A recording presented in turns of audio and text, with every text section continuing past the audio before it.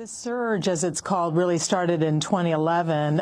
We've seen over the last 3 years a tenfold increase in the number of children coming here unaccompanied, unlawfully, and being placed in federal custody. And that doesn't even count the Mexican children, nearly 20,000 of those additionally, who are deported within 24, 48 hours. These are mostly children from Central America, from Honduras, El Salvador, Guatemala, and there's just been this enormous surge. Last month, in one day, we saw 1,000 children placed in federal custody, and on average, 400 children are arriving every single day. And again, the federal government has seen itself completely unprepared for this surge, which, 2 years ago we had a surge, and they opened Lackland Air Force Base for a couple of months and got caught with their pants down, and now again we're seeing the same problem.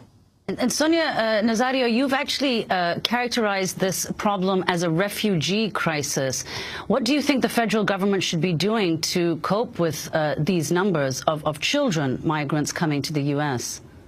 Well, when I started looking at this and made the journey on top of these trains through Mexico myself to document what these children coming here alone, really a majority of these kids were coming to either work, flee abusive situations with their families in their home countries, or the vast majority were coming to reunify, in many cases with a mother who had left them behind in their home countries, moms who had come, single mothers by the millions to the United States and left their children behind with an aunt, a grandmother saying it'll be a year or two.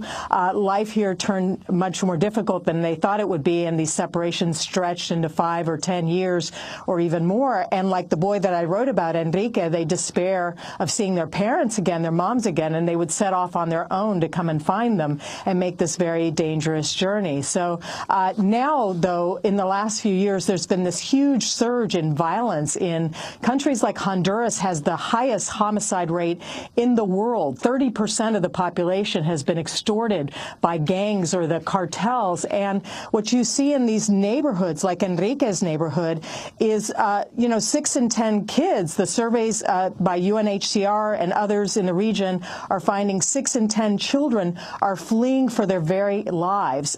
Kids are no longer, in many instances, even going to school. They've had their parents or other family members murdered by these gangs. And someone yesterday with the Women's Refugee Commission said, this is no different than child soldiers in Africa, and we treat those children like refugees. Why would we not extend the same treatment to children who are coming from vulnerable children from our neighbors to the south? Why would we not treat these children in the same way? And so I think the government really needs to step up its game, and both in terms of getting these kids out of Border Patrol facilities more quickly. They're supposed to do this within 72 hours, and they're not. And these are not places where children should spend long periods of time. There's no shower. There's an open toilet. Often they're having to take turns sleeping on the floor because there's not enough space. They should have prepared more shelters and been prepared for this surge, so there would be some place to put these kids. And I think they do need to be treating them more like refugees, screening these children for this kind of treatment. And finally, I think the government needs to provide attorneys to every single one of these children.